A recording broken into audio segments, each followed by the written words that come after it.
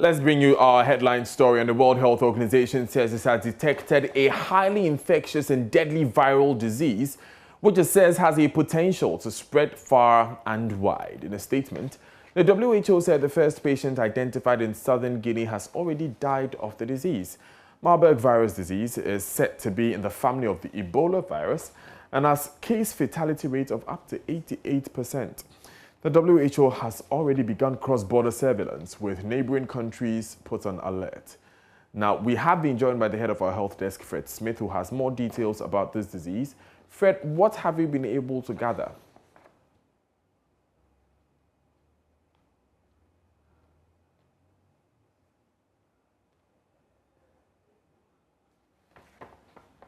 Fred, please unmute your microphones. It's difficult to hear you.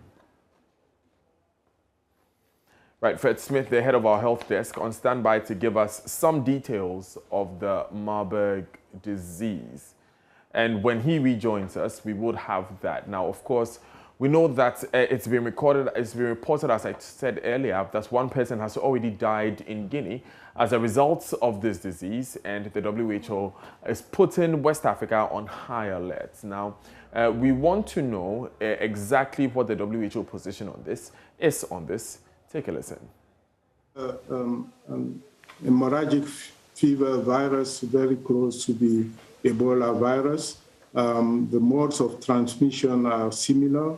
It's close contact, and also the measures of prevention are similar with hygiene and protective measures in the community, in health centers. And also the source of the infection is linked to man, human, and animal contact. And the ecosystem is a big part of understanding the emergence and re-emergence of this virus. But this is the first time it has been signaled in West Africa. Do we know why it could have erupted in West Africa? Would it have traveled from somewhere else, or is this just something that happens periodically?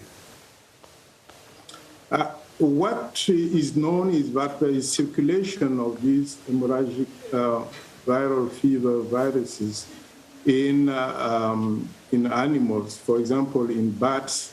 And studies have shown that in the area around where this case has been found, there were studies in bats that shown that the virus was circulating in animal populations. But now this will need more studies, ecological studies, to make a link between these animal infections and populations that are now vulnerable to the disease. We also know that man-to-man contact is one way of circulating the virus, and even secretions, such as genital secretions, can also transmit the virus. Unfortunately for Marburg, there is no proven treatment or vaccine that is efficacious at this point. For Ebola, there have been progress in terms of developing new vaccines and treatments, but Marburg is mainly supportive care.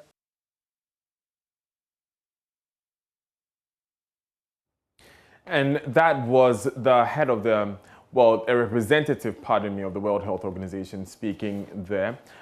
Key points to remember are the death rate, which is 88%. Also, the fact that there is no vaccination or settled or established treatment process for this disease. It's mainly supportive care that is provided. Fred Smith is head of our health desk. Fred, what have we been able to gather about the disease? Well, Daniel, as I was saying, it was detected 2 days ago when a patient went into a facility in southern Guinea to get treatment for an ailment which they could not explain. And so because Guinea has experienced Ebola in the past, the health officials there were on high alert for Ebola. So samples were immediately taken and tests were conducted there. They did further testing outside of Guinea, and both confirmed that the Marburg virus had been detected there. And this is a disease which I'm sure your previous guests would have mentioned to you, detected or transmitted from the bats, the fruit bat, similarly to the Ebola, the transmission mode of Ebola. And it got to this patient. At this rate, the WHO says they are not sure if the patient passed on the virus before his death to other persons who were close to him. So contact tracing is underway, and an alert has been issued to neighboring countries to look out for any symptom of the Marburg virus disease. So, Fred, what does this mean for us here in Ghana? Well, it only means we have to be extra vigilant. The mode of spread requires that you keep to social distancing. That's what we are already required to do for COVID-19. And so if we strictly observe that, we will be fine with this. And also, we need to be vigilant and attentive to the kinds of ailments people take to hospital. And so if somebody goes to hospital displaying symptoms like we saw with this patient in Guinea, then the health officials should not just treat it as an ordinary ailment, but to raise the alarm so that the situation is contained right there to prevent further spread. Fred Smith, thank you very much for joining us with these updates. We must apologize, we were unable to bring you the representative of the Ghana Health Service, as we said earlier. You're live on Joy News today. Up next is business.